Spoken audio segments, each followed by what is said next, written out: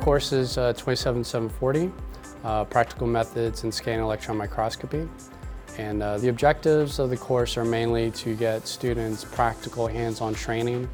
on a scanning electron microscope, specifically so that they can learn the skills necessary to conduct research for the projects that they're working on. What they learn is how to operate a scanning electron microscope, a modern machine that's often used for materials research, but they also learn how to do it in specific ways for their research projects.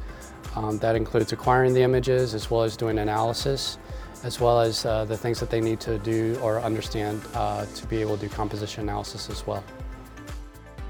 One of the unique aspects of this course is the use of a digital classroom where we have different workstations set up so that students can remotely operate these scanning electron microscopes and have a chance to basically learn from each other as well as from the instructor directly on the safe practices and best methods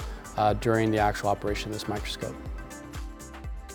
Students should take this course if they're working on research projects that really require imaging and analysis at the micro or even nano scale.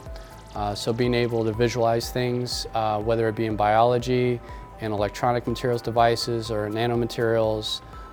there's a lot of benefits to being able to do direct imaging and analysis at those length scales.